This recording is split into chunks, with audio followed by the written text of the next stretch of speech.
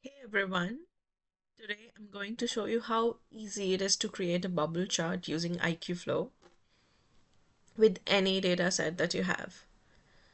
So, as usual, we'll go to my flows, create a new flow, give it a name like bubble chart,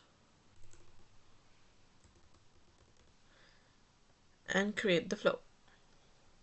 Now head over to File Manager and we're going to upload our data. Click on Select Files, select your data, and upload. After it's finished uploading, you have to head over to Plot Dashboard, click on Create Plot, choose the bubble chart, select the data again, and now you can choose your axis, your column according to your preference.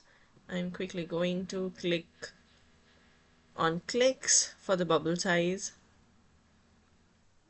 For x-axis, I'm choosing impressions.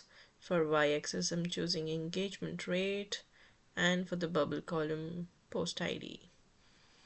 And we have so many other options to choose from, but you can just simply create plot like I am doing. And that's it. It was that easy to create a bubble chart using any data that you have. And that's it for today. I'll see you in the next one. And don't forget to follow us on all our social media channels and subscribe to our YouTube channel. Bye.